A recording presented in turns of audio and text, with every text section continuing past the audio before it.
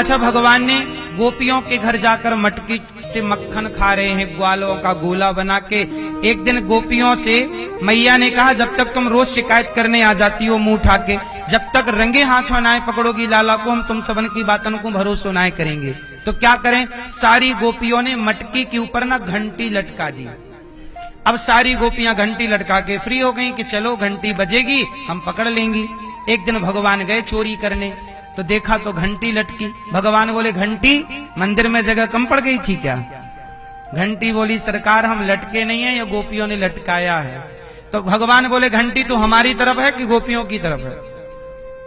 तो घंटी बोली, हम तो आपकी तरफ है। तो ऐसा है कि जो हमारी तरफ है? हाँ। तो फिर ऐसा है कि तू आज बजना मत।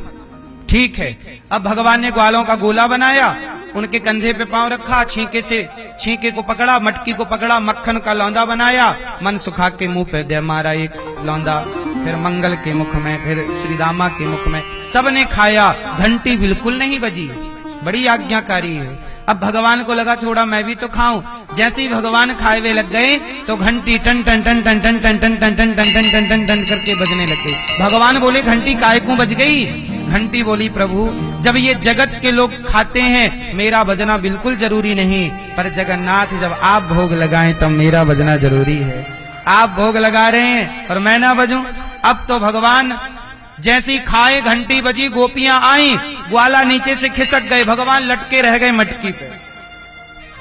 अब सखियां बोली कि चल लाला, तेरी मैया से रंगे हाथों तेरी शिकायत करेंगी, अब बुला के लाती हूँ तेरी मैया को। कन्हैया बोले, मैया को बाद में बुलाइयो, ने नीचे तो तारो, हाथ छोटे छोटे हैं, दर्द कर रहे हैं हाथ। सखियों ने अपना कंधा दिया और भगवान ने चरण रखे, हाथ पकड़ के गोपियों ने भगवान को नीचे उतारा। और कन्हैया ने कान पकड़ के कहा, अच्छा सुनो, सॉरी, अब हम नहीं करेंगे गलती, अब मक्खन नहीं चुराएंगे, एक बार मैया से शिकायत मत करिए, मैया मारेगी बहुत। जरा सोचिए, जगत के पालनहार जो यमराज को एक बार आंख उठाकर देख लें तो यमराज भी थर थर थर थर कांप जाते हैं, वो भगवान जो कोटि ब्रह्मांड नायक हैं, ब्रह्मांड निकाया निर्मित माया रोम रोम प्रतिवेद कहें, वो परमात्मा जो चुटकी बजाए तो सृष्टि उत्पन्न हो जाए, पालन हो जाए, अगले ही क्षण संहार हो जाए, और संहार के बाद तीसरी चुटकी बजाए तो जस के तस फिर संसार की रचना हो जाए। ऐसे सर्व सामर्थ्य भगवान आज डर किससे रहे हैं? मैया यशोदा से। कौन है ये मैया? ये भक्ति की आचार्य है, ये भक्ति के आचार्य हैं यशोदा मैया। भक्ति कैसी करनी चाहिए, क्या प्रेम होना चाहिए, ये गोपियां सिखाएंगी या यशोदा मैया सिखाएंगी? अब तो मैया को मत बुलाइयो, कन्हैया डर रहे हैं। अच्छा, तो गोपियां बोली कि क्या करें हम, तेरी शिकायत ना करें तो क्या करें, तू तो चोरी करता है। कन्हैया बोले, अब मैं चोरी नहीं करूंगा, तो छोड़ दो। तो गोपियां बोली, हम छोड़ तो देंगे पर एक शर्त है। क्या? जरा तुम नाच के दिखाओ हमें। भगवान बोले, हम नाचेंगे, तुम क्या दोगी? बोले, क्या चाहिए? अरे बोले, मक्खन खा लिए, थोड़ा छाछ और पिला दो। जरा सोचो, बोले छाछ में थोड़ा काला नमक डाल के जीरा और डाल देना, है ना? जरा सोचिए मेरी माँ, जो जगत को नचाने वाले हैं, सब ही नचावत राम गुसाई, जो सबको नचाने वाले हैं उन्हें कौन नचा रहा है? गोपियां नचा रही हैं। कौन है ये गोपियां? कौन है ये गोपियां? उत्तर दो। ये गोपियां परम भक्त हैं। जब राम त्रेता में वनवास के लिए निकले तो किसी संत की कुटिया में राम गए, किसी कुटिया में नहीं गए। कोई तड़पता रहा कि प्रभु आप वहां तक तो आए, यहां तक नहीं आए। तब वो संत रोने लगे, सब इकट्ठे होके राम के पास गए।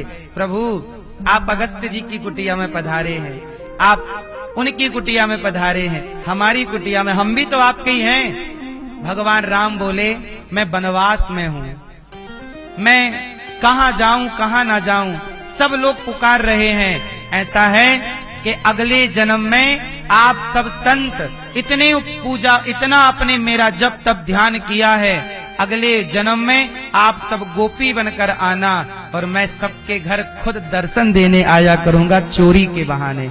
मक्खन चोरी के बहाने। मैं खुद दर्शन दूंगा, तुम्हारी गोद में बैठकर मक्खन खाऊंगा। वो सब उस जन्म त्रेता के साधु द्वापर में गोपी बन गए। और ये आज गोपियां कोई सामान्य नहीं है, ये कोई स्त्रियां थोड़ी हैं कि आप इन्हें सामान्य स्त्रियां समझ लें और कह दें कि ये गोपी हैं। अभी आगे रास की जब कथा आएगी तो आपको बताएंगे कि ये गोपी जो भगवान रास रचा रहे हैं, भगवान पिता रात्रि शरदोत्फुल्ल मल्लिका। जब भगवान ने योग माया का आश्रय श्री राधा रानी का आश्रय लिया और जब बांसुरी बजाई और गोपियों का आवाहन किया, क्लीम बीज मंत्र छोड़ा, निशम्य गीतम तदनंग वर्धनम ब्रज श्रियः कृष्ण ग्रहीत मानसा। जब भगवान ने गोपियों को पुकारा तो ये गोपियां कौन हैं? वहां लिखा है कि भगवान के पुकारते ही गोपियों के अंदर भगवान से मिलने की ऐसी तड़प हुई। कुछ गोपियां आई, कुछ के पतियों ने, परिवारी जनों ने रोका। उनके अंदर ऐसी तड़प हुई भगवान से मिलने की कि जो उनके अंदर शुभ अशुभ संस्कार थे, उस विरह की अग्नि में सब जलकर भस्म हो गए और बिल्कुल गोपियां निष्काम हो गई। भगवान को कौन पाएगा बताओ? जिसके अंदर कामना है वो पाएगा या जो निष्काम है वो पाएगा? भगवान को पाने के लिए ना क्या होना पड़ेगा? निष्काम। गुण दोष दृशिर दोषः, शास्त्र वचन है। भगवान कहते हैं कि यदि आपके पास गुण है, यदि आपके पास दोष है, तो क्या है कि आपके पास गुण है, पुण्य है तो यहाँ के सुख भोग लो, पाप है तो यहाँ के दुख भोग लो। क्योंकि पाप भोगने से मिटेगा और पुण्य भी भोगने से मिटेगा। अवश्यमेव भोक्तव्यम, दोनों को भोगना पड़ेगा। तो हम तो या तो हमने पुण्य किए होंगे या तो हमने पाप किए होंगे, तो दोनों ही स्थिति में आना यही पड़ेगा। पुनरपि जननम पुनरपि मरणम के चक्कर में दोनों ही स्थिति में यही आना। तो मोक्ष और भगवत प्राप्ति कैसे करें? तो उसका उपाय है कि आप पाप पुण्य से मुक्त होकर अब केवल भगवान ने गीता में कहा, सर्वधर्मान परित्यज्य मामेकं शरणं व्रज अहम त्वा सर्व पापेभ्यो मोक्षयिष्यामि मा शुचा। अब तो ऐसा कर अर्जुन कि पाप पुण्य दोनों से मन हटा और मेरे में मन लगा। पूर्ण समर्पण अब भगवान में कर दीजिए। और जब भगवान की प्राप्ति होने का वक्त आएगा तो भगवत दर्शन से पाप तो हो जाएंगे समाप्त और पुण्य आपके पुत्र आदि वंशावली में बट जाएंगे। आपका पुण्य वहां ट्रांसफर हो जाएगा और आप हो जाएंगे बिल्कुल पाप पुण्य से शून्य। उस स्थिति को पाकर आप प्रभु को पा सकते हैं। भगवान को पाने की स्थिति ये है। तो ये जो गोपियां हैं, ये वही गोपियां हैं जिनके अंदर कोई भी लेस मात्र कामना नहीं है। आज समाज के लोग, आज लोग ना गोपियों को गलत भाव से देखते हैं कि तुम करो तो रास लीला, हम करें तो कैरेक्टर ढीला। कैरेक्टर ढीला से जोड़ देते हैं रास लीला को। क्यों? क्योंकि खुद का कैरेक्टर ढीला है, इसलिए वो भगवान की इस लीला को भी गलत दृष्टि से देखते हैं। जाकी रही भावना जैसी, प्रभु मूरत देखी तिन तैसी। भगवान में भी यदि आप दोष देखते हैं तो इसमें आपका दोष नहीं है। भगवान में तो दोष शिशुपाल ने भी देखा है, भगवान में तो दोष कंस ने भी देखा है। भगवान के समय में भी भगवान में दोष देखने वाले लोग थे। तो आज कलयुग में यदि कोई भगवान का दोष देखे तो इसमें आश्चर्य क्या है? ये सब उन्हीं की लीला है। इसलिए हमें तो ना दोष देखने वाले बुरे हैं ना गाली देने वाले। इसलिए तुम्हारा संस्कार जो है वो तुम कर रहे हो। और सच बताऊं, भगवान कृष्ण से एक बार पूछा किसी ने कि प्रभु, अच्छा गुरुजी देखिए भगवान भी गजब है। देखिए भगवान कैसे गजब है। मैं क्यों गजब कह रहा हूं, हमारे गुरुजी खूब अच्छे से जानते हैं इस विषय को। आप लोग भी थोड़ा थोड़ा समझ लीजिएगा। भगवान कृष्ण गए थे शांति दूत बन करके। किसको समझाने? जोर से, दुर्योधन को। क्या वो समझा? समझा? भगवान गए, दे दो 5 ग्राम, रखो अपनी धरती तमाम। ए दुर्योधन सुन, वर्षों तक वन में घूम घूम बाधा विघ्नों को चूम चूम, है ना? पांडव वनवास से लौट आए हैं, अब उनका जो तुमने बोला था वो दे दो, 5 गांव ही दे दो, चलो 5 ग्राम दे दो। दुर्योधन वह भी दे ना सका, 5 गांव भी दुर्योधन वह भी दे ना सका, आशीष समाज का ले ना सका, उल्टे हरि को बांधने चला, जो था असाध्य साधने चला, जब नाश मनुज पर छाता है, पहले विवेक मर जाता है। दुर्योधन को भगवान ने शांति का प्रस्ताव दिया था कि नहीं? बोलो हाँ। समझाया था कि नहीं? क्या समझा? जोर से नहीं समझा। अब सुनो, राम जी ने मारा बाली को। किसको मारा? और बाली मरा तो तारा रोती हुई आई। तारा मतलब बाली की पत्नी रोती आई, तो राम जी ने एक चौपाई में उसे समझा दिया, जीव नित्य कही लगी तुम रोबा, एस देवी काहे रोती हो, ये तो जीव नित्य है। एक लाइन में राम जी ने समझाया और तारा समझ गई। एक बात बताओ, जिसे भगवान समझाना चाहें, क्या वो नहीं समझेगा? वो जरूर समझेगा। तो दुर्योधन क्यों नहीं समझा? क्योंकि सच्चाई तो ये है कि भगवान खुद नहीं चाहते थे कि दुर्योधन समझे।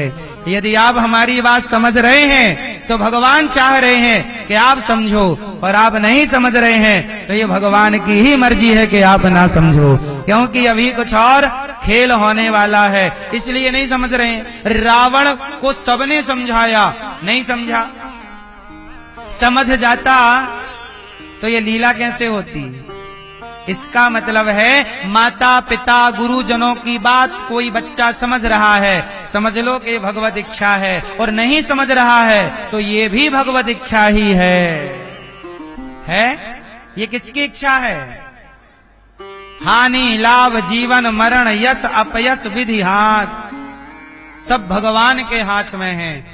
आपका उत्थान और आपका पतन दोनों किसके हाथ में है? इसलिए जब उत्थान आपका हो, बढ़ो आगे, तो बहुत ज्यादा प्रसन्न होने की जरूरत नहीं, ईश्वर का भगवान का धन्यवाद दीजिए। और जब जीवन में परेशान हो तो रोने की जरूरत नहीं, ईश्वर की ओर देखो, ये भी भगवान की ही लीला है, ये ईश्वर की लीला है। और लीला भगवान ऐसे ही रचते हैं। इसलिए आपसे मेरी बस इतनी सी प्रार्थना है कि हर परिस्थिति को कृपा का अनुभव, कृपा मानो। जो हो रहा है, जो घटना घट रही है, वो सब भगवत इच्छा है। हम और आप तो उसकी इच्छा मानकर हर हाल में प्रसन्न रहें। सही है? जीवन में परेशान नहीं होना चाहिए, हर परिस्थिति भगवत कृपा है।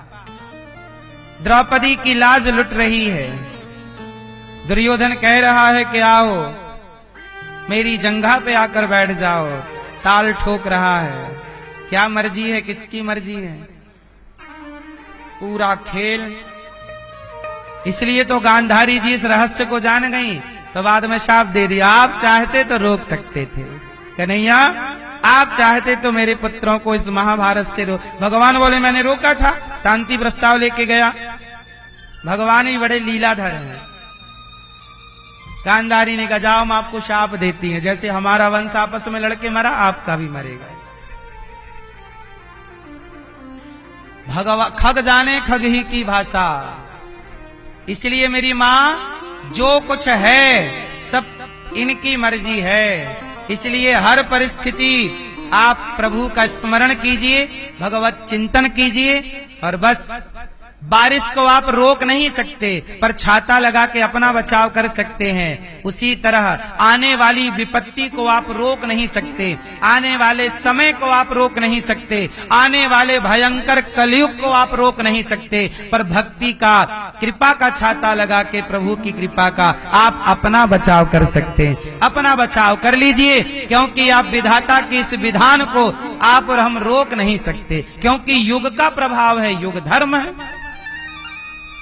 तो भगवान बाल लीला करते हैं, कभी भगवान मिट्टी खाते हैं, कभी भगवान गोपियों के आगे नाचते हैं। ताही अहीर की छोहरियां छचियां भरी छाछ पे नाच नचावे, जगत के पालनहार को नचा रही हैं गोपियां। सच बताओ किसके बल से नाच रहे हैं भगवान? गोपियों के बल से या प्रेम के बल से? भगवान किसके वश में है? जोर से, भगवान प्रेम के अधीन हैं। बिक जाते हैं भगवान, है कोई खरीदने वाला? प्रेम में बिकते हैं। कब शबरी काशी को धाई, कब पढ़े आई गीता, साचे मन के मीता, रघुवर साचे मन के मीता। रावण जैसा ज्ञानी राम को ना पहचान पाया, और सबरी जैसी अनपढ़ एक माता जो जंगल में रहती, वो राम को पहचान गई। रावण नहीं पहचाना, इसमें भी राम की लीला है, और सबरी पहचान गई, इसमें भी राम की लीला है। आप नहीं पहचानते भगवान को, आप भगवान की भक्ति नहीं करते, इसमें भी ईश्वर की मर्जी है, और आप भगवान की भक्ति करते हैं, इसमें भी ईश्वर की मर्जी है। आपसे कराना चाहते हैं और इनसे कराना नहीं चाहते। भगवान अपना प्रेम, अपनी भक्ति सबको थोड़ी देते हैं। जिनको दे दिए तो कृपा है, नहीं दिए तो भगवान आपको वंचित रखना चाहते हैं।